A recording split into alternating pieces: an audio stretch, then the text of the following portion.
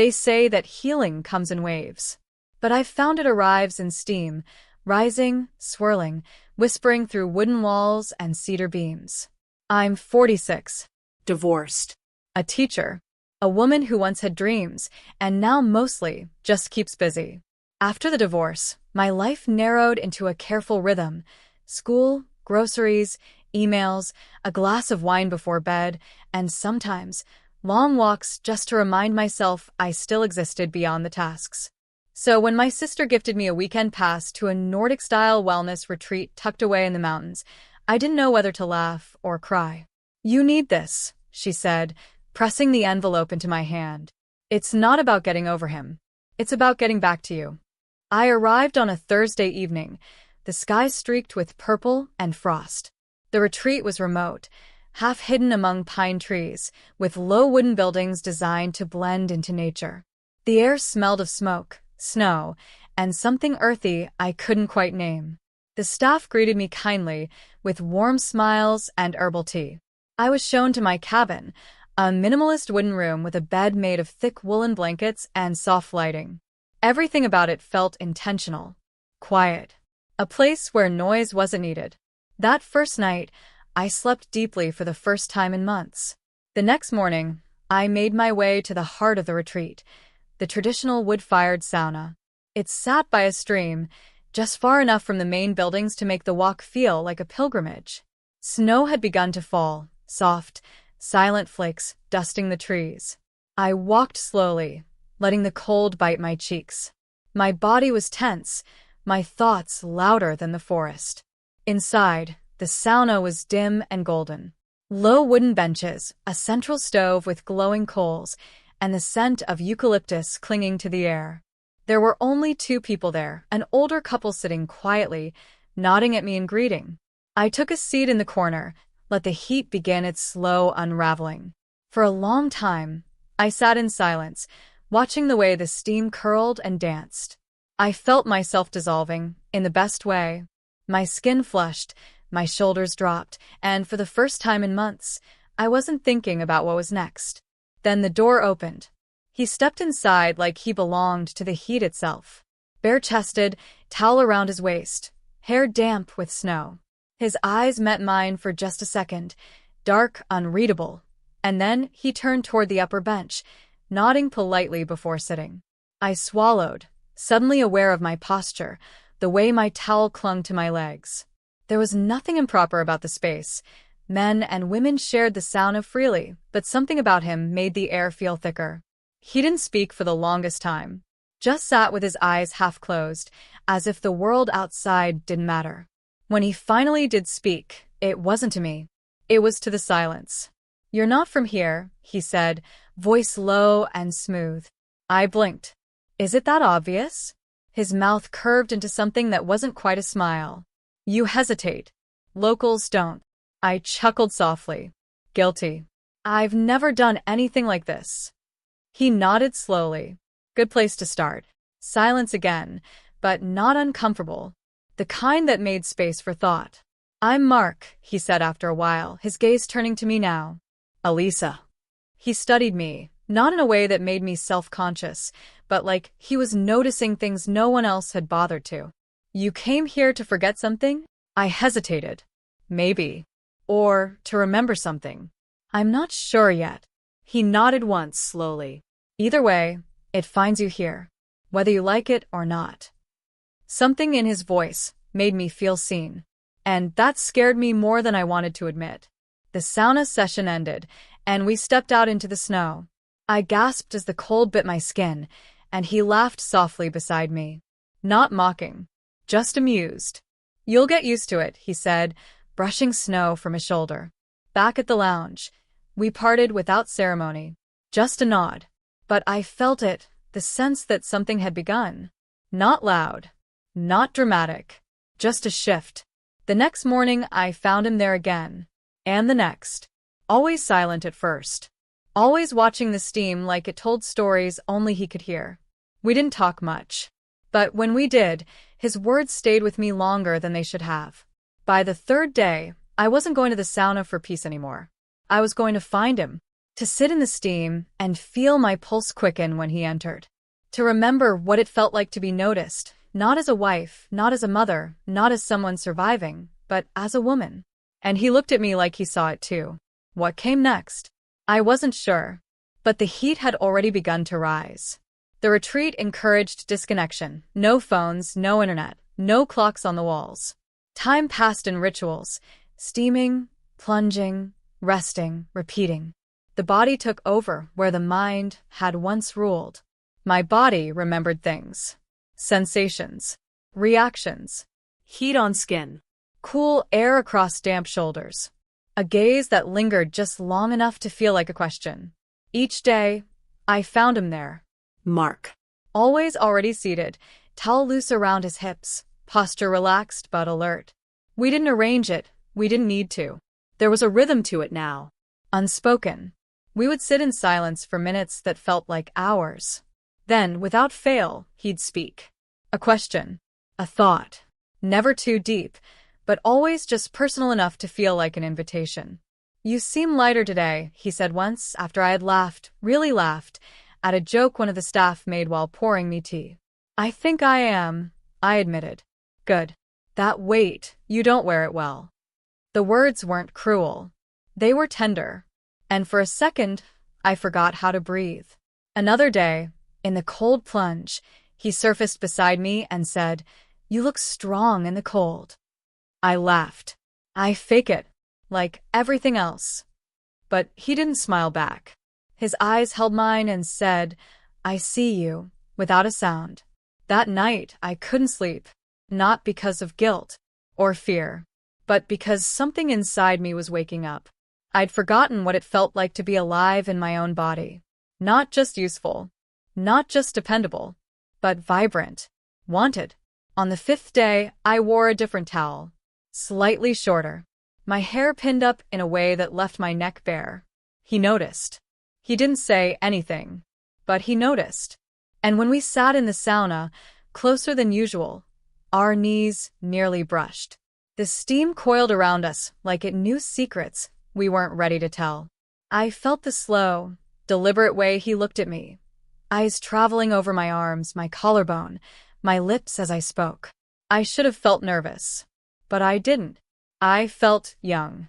When I left that evening, I lingered outside the sauna building, staring at the snow.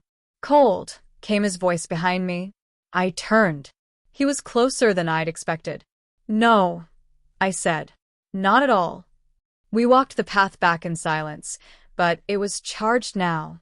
Every step felt like it hummed with something unnamed. He stopped at the fork in the trail, left to the main lounge, right toward the cabins.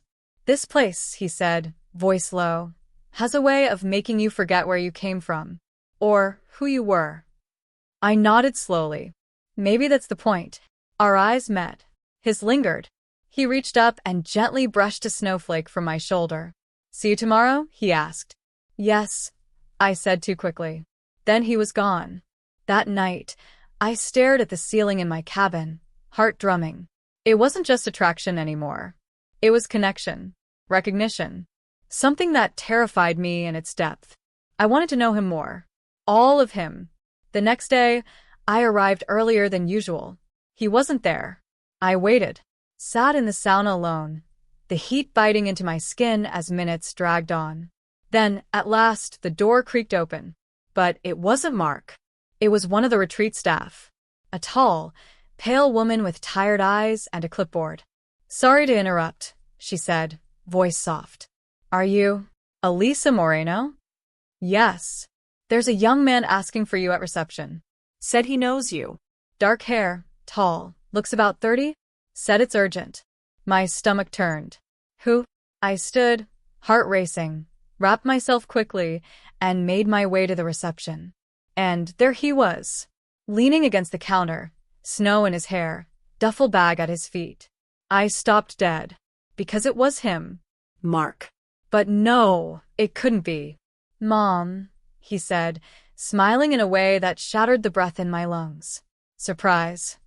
I blinked. "I wanted to see you," he continued. "It's been too long, and I knew you were here."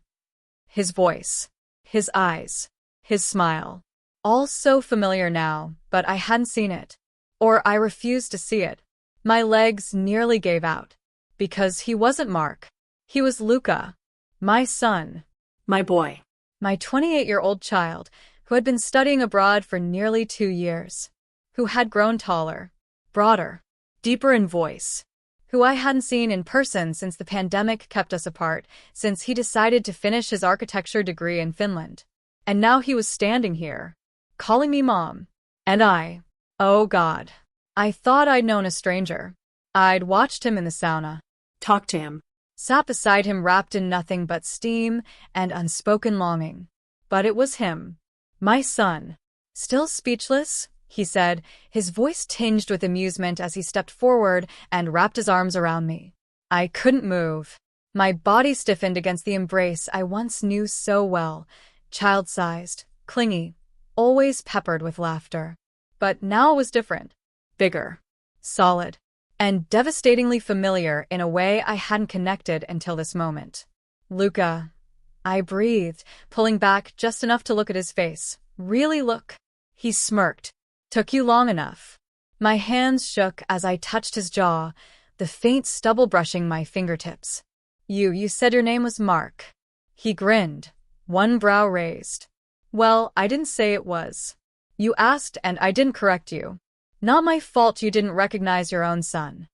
I swallowed, my pulse hammering in my ears. You've changed. I know, he said too easily. I wasn't sure how long it would take. Honestly, I thought you'd catch on after the second day. He picked up his bag, casually slinging it over his shoulder. Come on. It's cold out here. Walk me to my cabin? I followed, unsure if my legs were working of their own accord or just following the pull of his voice. We walked in silence through the snowy path, my mind still catching up with reality. He was teasing me. He had known all along, and I had. My stomach turned. When we reached his cabin, he held the door open and gestured dramatically. After you, Mom. I stepped inside on autopilot. The space was identical to mine, simple, quiet, warm, but it felt suddenly too small. Too full of memory and something else I couldn't name. He set down his things and turned toward me, arms crossed over his broad chest. So, he said, eyes dancing, how long were you going to keep flirting with me before you realize? Luca, I warned. No, really, he laughed. You were laying it on thick. The towel. The way you sat next to me like it was casual, please. I groaned, covering my face. Oh my God. Relax, he said, stepping closer, clearly enjoying every second of my horror. You didn't say anything too scandalous. I didn't know it was you. I snapped. He raised his hands in surrender. I know. That's what made it fun. I dropped onto the edge of the bed, my face hot despite the cold still clinging to my coat. I feel sick. He sat beside me. Don't. I get it. This place changes things. The steam, the quiet, people look different. Think different. You're not the only one who's seen something here they didn't expect. I turned to him slowly. You came here for me, didn't you?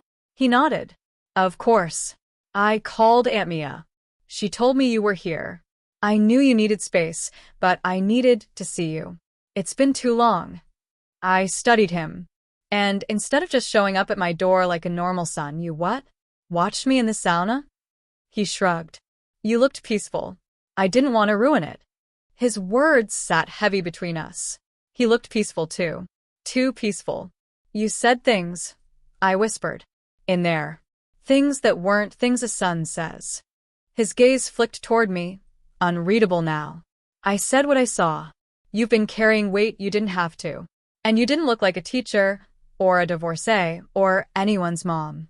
You looked like someone I wanted to understand again. That word, again, caught in my chest. I didn't mean to cross any lines, he added. But you didn't pull away either. I said nothing, because he was right. Some part of me, some sleeping part, had responded. Before I knew it was him.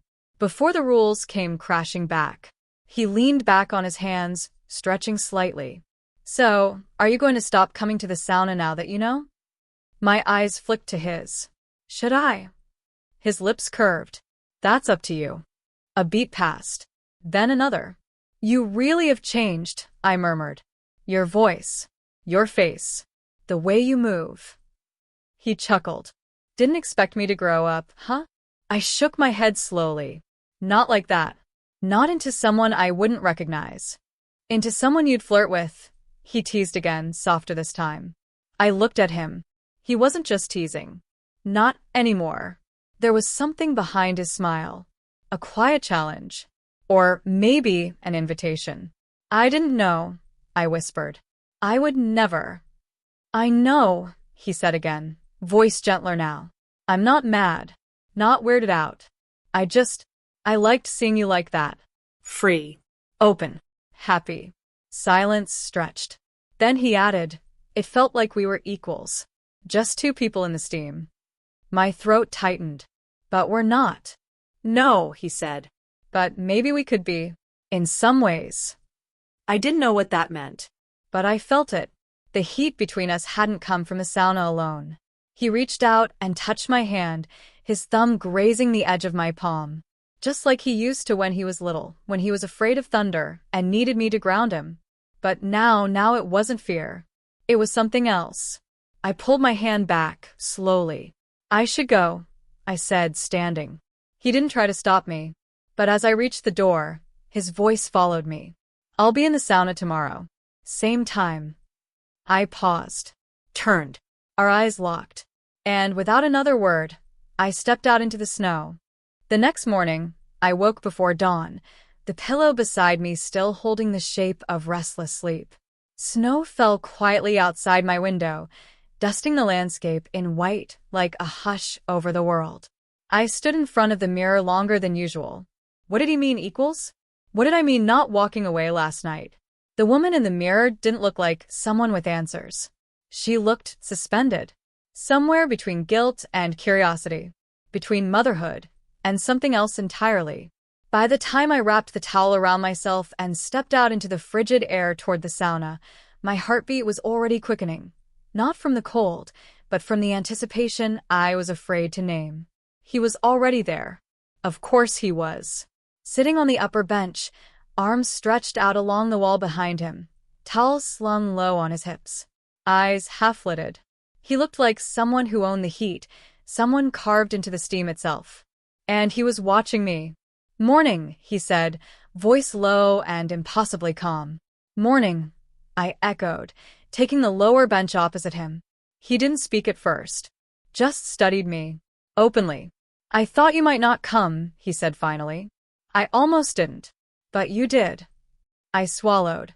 Heat rising from the coals, and from somewhere far more dangerous. You're playing with fire, I said, not quite looking at him. I've always liked fire, he said with a shrug. Besides, it's not like I started it. My eyes snapped to his. He smiled, slow, sure of himself, and maddeningly composed. You think I didn't notice? He continued. The way you looked at me. The way you sat a little closer each day. The way your voice changed when you talked to me. I opened my mouth, but no words came. It wasn't just the steam, Mom. My body went rigid at the word. But he didn't say it like a warning. He said it like a challenge. He leaned forward, elbows resting on his knees. And then, he added, you find out who I am and everything shifts. It should, I said quickly, the panic rising. It has to. Why? That one word hung in the air like a stone dropped in still water. I stared at him. Because it's wrong. No, he said, it's complicated. There's a difference. My heart pounded, blood rushing in my ears. You're my son, Luca. I'm 28. You're not old. We're not strangers, but we're not only what we were either.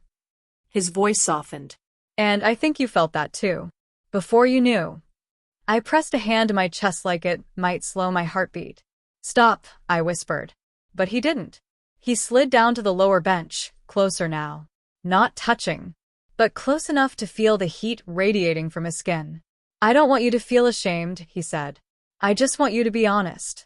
I turned away. This isn't a game, Luca. I know. That's why I came here. To see you. To really see you. And I wanted you to see me. Not as your little boy. Not through the lens of the past. Just as I am now. I faced him slowly. And there it was. Not the boy I'd raised. The man I hadn't seen in years. He was right. I hadn't recognized him. Not just physically, but emotionally.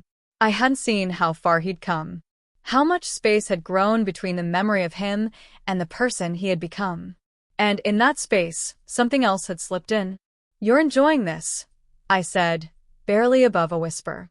Only because you're still pretending you didn't enjoy it too, he said, smiling softly.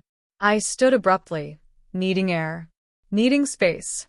But as I turned to leave, his voice stopped me again. You're not running away because it's wrong, he said. You're running because it's real. I didn't respond, because he wasn't wrong. That night, the mountain air felt heavier, like it knew something was about to break. Snow hissed softly against the cabin windows as the retreat settled into silence. I sat on my bed, towel folded neatly beside me, my heart beating like a drum that had lost its rhythm. It was the last night.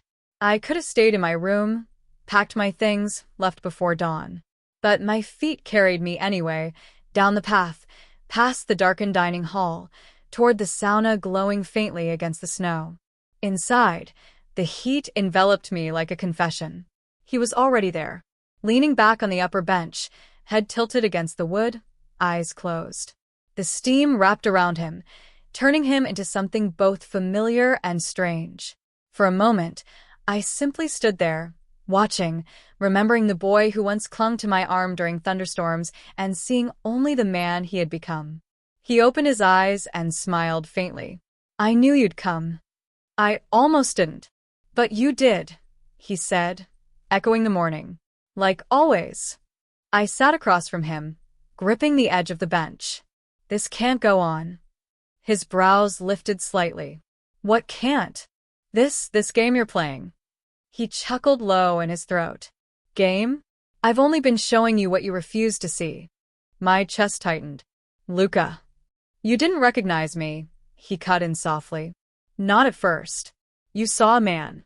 And for a few days, you let yourself be seen as a woman. Not a mother. Not a teacher. Not someone holding everything together. Just you. I closed my eyes.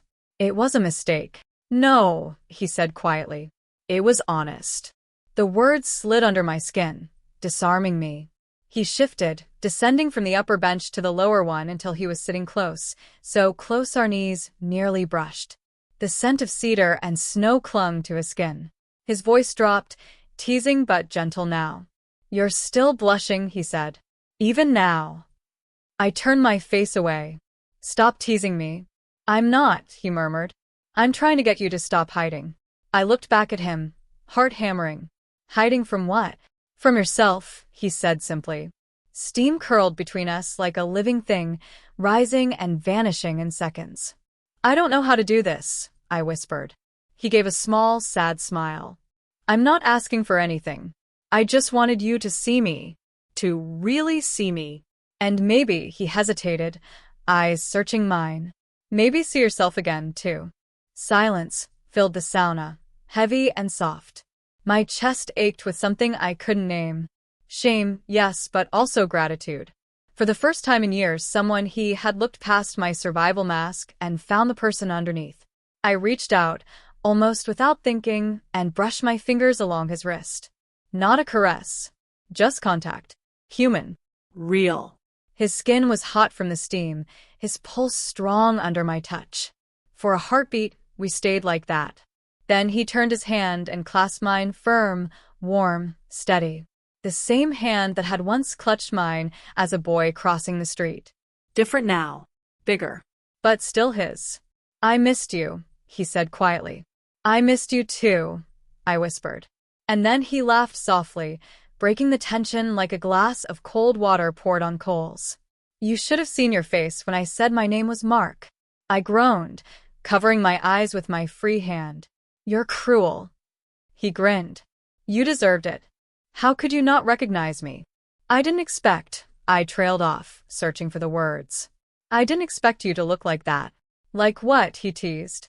Like a man I wouldn't recognize. I said truthfully. His expression softened. Then I guess I did what I came here to do. What's that? Remind you that you raised a man, not a boy. I looked at him, throat tight. You really enjoyed teasing me, didn't you? He smiled faintly. Maybe. But only because I wanted to see you smile again. Something inside me loosened. Not in a dangerous way, just in a way that felt like breathing for the first time in years. I squeezed his hand once before letting go. You've changed, I said. So have you, he replied. We sat there for a long time, not speaking.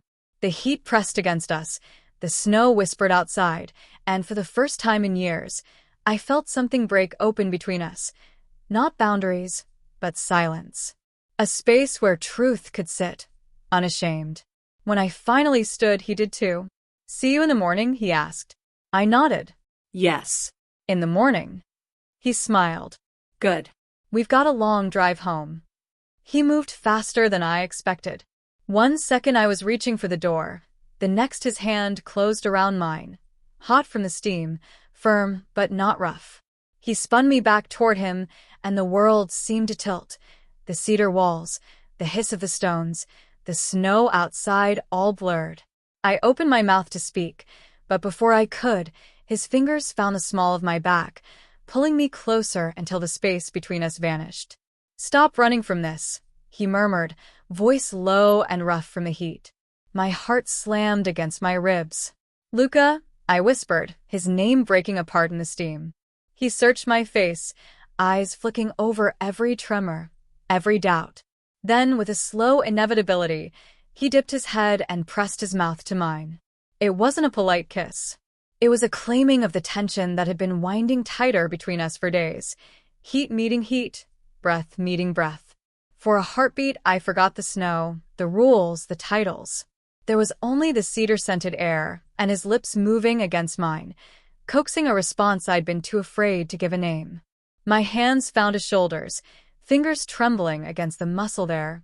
1,000 thoughts crashed through me, but none loud enough to drown out the feeling of being alive under his touch.